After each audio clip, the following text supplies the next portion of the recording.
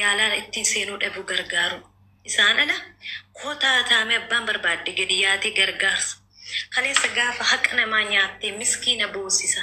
Rabbii jedhi lubbuu ishee haa dhaabattu mucattii kana biyyatti haa galu. Gaafa jenne nu tuffatte. Akkuma isheen haqatoo sirraa qabdu fuula namaa dhaabatte rabbiin akka godhu si godhee har'a fuula namaa fidee si dhaabe. Dhugaa rabbi sinitti hima. Kanaafuu waa'ee gargaarsa nama dhukkubsatan oo argitan gargaara. Isayyuu haadhaaf abbaa keeyyuu gargaarsi kee daangaatti. Hin qotatu hin gashatu. Yeroo isaanii mi'aan facaasan gatii madda biraa ergiifi. Yeroo isaan sabsii gatii hamaa ergiifi. Isaan ala dhimmatti ji'aan isaan irratti as beezaa baastuun qabu. Bifa kee ijoollummaan mana namaatti fixxee. Laayifii jireenya kee mana namaatti fixxee. Isaan marrattiyyuu haadhuma kee abbaa kee irratti uf qusadhu. Isa gargaarsa abbaan barbaadde miidiyaa irra deemtee boossu miti. Dhugaartu sinitti maal? Yoo dandeessan yoo madaamiin kee nama sii eeyyamtu taate maddiitti laayisensii tokko baradhu. Maddiitti waa tokko hojjetadhu. Dhugaartu sitti maal? Maallaqa kee lakkasitti gudunfadhu jalatti. Dayyuusichi kun ammachuudha yoona arsii kiingimoo maal jedha? Dayyuusichi wasaqa. Qotu bayi. Simbiloo kotta jala taa'ee dhaggeeffadhu. Hattu yoona kana dhalaatu mana kiraarraa kaffala bara. Yoona isa mana ijaazaa ciisee ji'aatiin paaxin irraatii mana kiraa kaffaltu dabara. Wayin immoo anan jedhu liiftii keessa yeroo doormee yeroo fooqii yaabbattan kaameraan hin jiru isinitti fakkaata. Namoonni liiftii yeroo wal guutanii wal dhiibdanii seentanii nama kiisii harka keessa nagumaa fi isa akka mucaa kanaati. Isa akka isaa kana bara Itoophiyaan hojjechisiisu. Nama meeqa ji'a kana keessa qabame liiftii nama faana seenanii amma mana isaaniitti isa bu'anitti namatti hirkatanii nama kiisii tooba adii kana uffatu miti aramni tooba babal'aa kan asumaa achi argee tooba keessatti yoo madiraama 5 argeefa harka kaayee qabamaa bara. Dayyuusicha isa akka kee kana. Gargaarsa abbaan barbaadde mataa naa dhaabattu. Mataa naa dhaabattu. Yoo uf jaallatti nama jaallatta. Yoo dhukkubsataa jiraate dhukkubsataa gargaare rabbirraa argatta. Isaan ala garuu abbaan barbaadde gadi yaate qimamoota mana madaamii wallaa nu qimamii miti. Hin guuta malee qimamii miti nuti. Qimamiin maal gochuu kushinaa namaa keessa diraramu? Nuuni fi keenyaaf rakkattoota. Nunuu gargaarsa barbaada.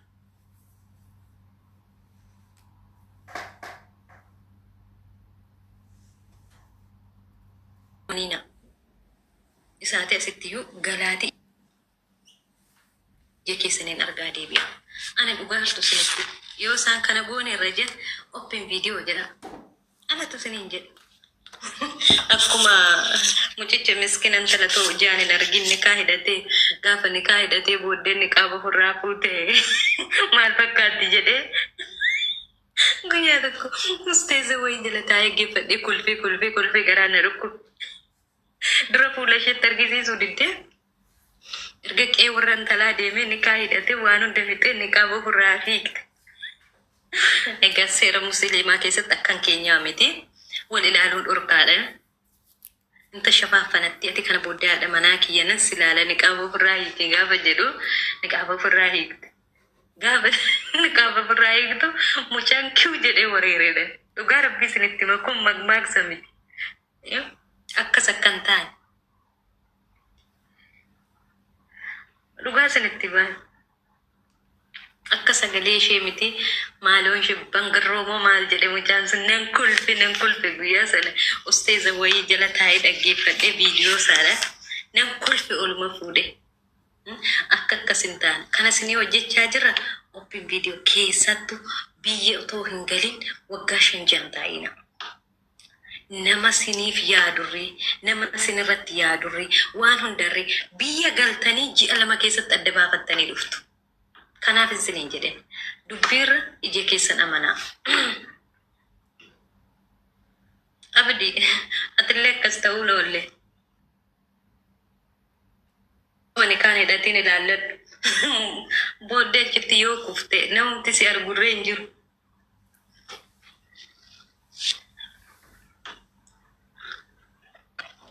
فاتل على التاني ملين فودينا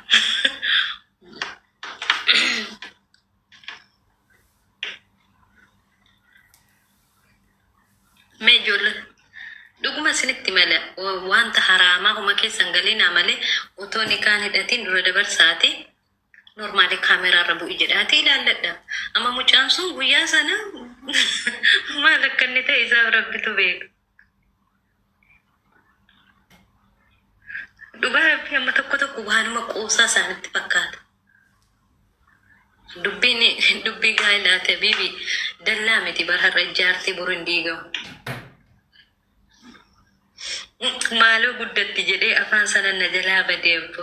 Afaan sun afaan ijoollee warra Harargee kana badaa namaan qabu.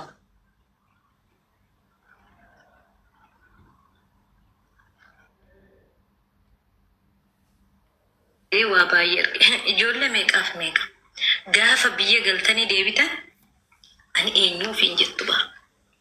Ani gaafa Saudi Arabiyaa waggaa 14tti biyyaa bahe. Waggaa 14 rabbi natti ragaadha. Ani waan itti uffatan sana yoo madaami kiyya natti argisiise. Amma waan hunda asirratti hin dubbadhu. Kan kiyya biyya ormaanaaf yuunivarsiitiidha. Mana barumsaadha. Deemee madaamin tiyya balaaleffamtu tokko na qaqqabe. Saudi Arabiyaa deeme. Yeroo jaarsi ishee dhufu kushinaa seeninaan jetti. Yoon qodaa fuudhu gadin jedhiin baabaa fi lafiitiin aan jetti. Way siqaa hele dabarsee rochuudha akka har'aa bal'ootti bahe har'a laayisensii mataatiyyaa fi aayidii mataatiyyaan Dubaay keessatti akka barbaade bahee galu mana madaamii taa'u mana kiraadhaan qabne cinqiin qabne sayina waan meeqa gidiraan Siwiiditti dabarse. Niqaaba kana godhadheen yoo baabaan fa nyaata ijoollee nyaatan jalaa kaasa. Guyyaa tokko mee yaaddanii beektu kan qodaa yoo fuutu qodaa yoo fuutani qodaan ol sitti hin ka'u gadi jettee fuuta. Ani immoo mudhii gadi guddadha. Maal naan jette yeroo qodaa fuutotteen wayin akka baabaan deemetti asiitii qodaa kana fuudhi. Wayin hudduu kee gaditti karaa baabaa naannesitti dhaabattee qodaan fuudhin naan jette. Qodaan lafaa ol natti kaa'ayyuun gadi jedhee fuudhe mala. Dararame dhugaa rabbiiti dararame rakkadhee ho'as jiraate qorris jiraate niqaama godhadha mana keessa. Abaayaa sa'ee dheeraa kana qamisii sa'ee dheeraa kana asitti hudhoo hanga qabutti godhadha. Yoo gadi bahee abaayaa godhadhee niqaama godhadha.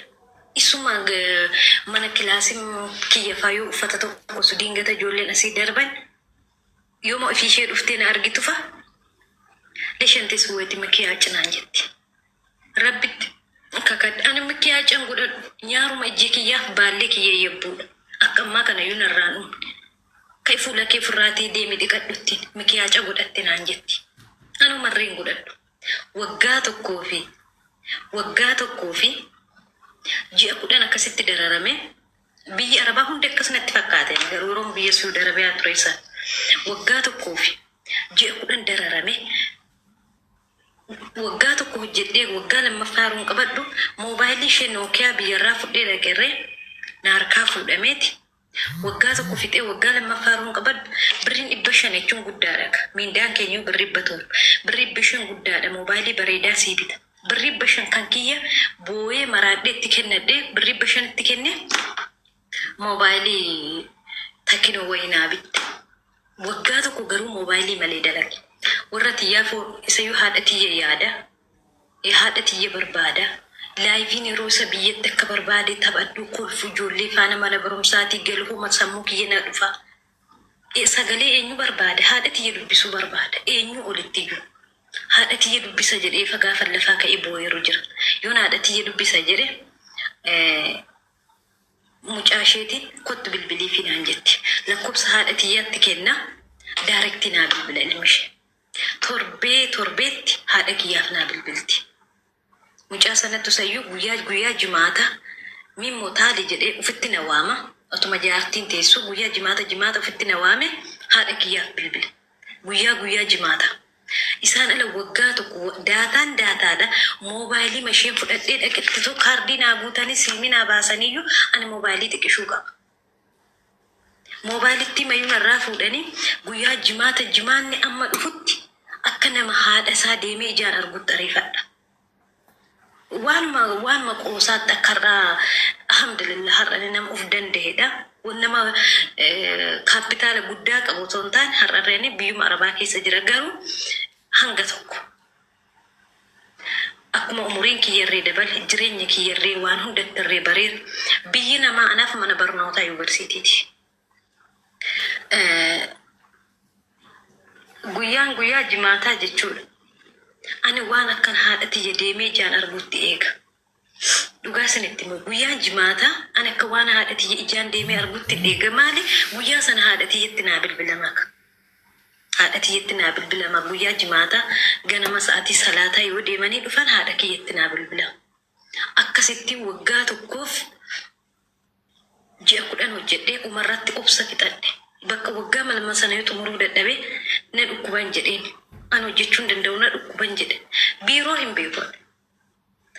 Namichi Itoophiyaa irraa techina ergi beeka malee imbaasiitu jira Suudii keessa maaltu ima jiraayyuu hin beeku. Lammiin wanti si ajaa'ibu biyya sana keessatti immoo sarraatiin nuti mana firaarraa hojjennurree gaafa wal arginu walitti hin dubbatiin jedhamta bara. Sarraatiin argita miti walitti hin dubbatiin jedhamta bara. Salaam alaikum waliin gaafattu bara. Gaafa mana obbolaa sheefaa deemnee sarraatiin as teessi miti ati achi teessa.